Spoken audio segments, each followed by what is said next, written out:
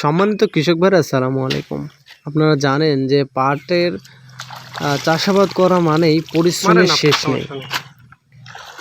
তো এবছর বন্যার পরিস্থিতি খুবই খারাপ, কোথাও পানি নেই। বৃষ্টি আছে কিন্তু কোথাও পানির যে জমাট বেঁধে থাকা অথবা বর্ষাকালীন সময় যে বর্ষার পানি আসবে এই পরিস্থিতি কোথাও নেই। বিশেষ করে নাটোরের গুরুদাসপুরের চাকল বিলে পানি তো একেবারেই নেই বললেই চলে। তো দেখতেই পাচ্ছেন এক ব্যক্তি কৃষক ভাই, তিনি পাট কাটিছেন, অল্প কিছু পাট কাটিছেন। সেটা এই জল দেখতেই পাচ্ছেন যে অল্প পাট, এটা জাগ দেওয়ার জন্যই তার কাছ থেকে 500 টাকা নিয়েছে এই পুকুর মালিক।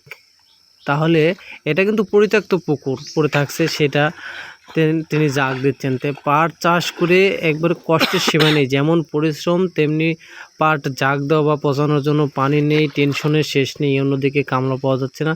তো বিশেষ করে পাটের চাষাবাদ অনেক কৃষক ভাইরাই বলছেন যে পাটের চাষাবাদ আর করবো না, এত পরিশ্রম আর করবো না, এত টেনশনের মধ্যে আর যাব না। তো পাটের চাষাবাদ মানেই পরিশ্রম।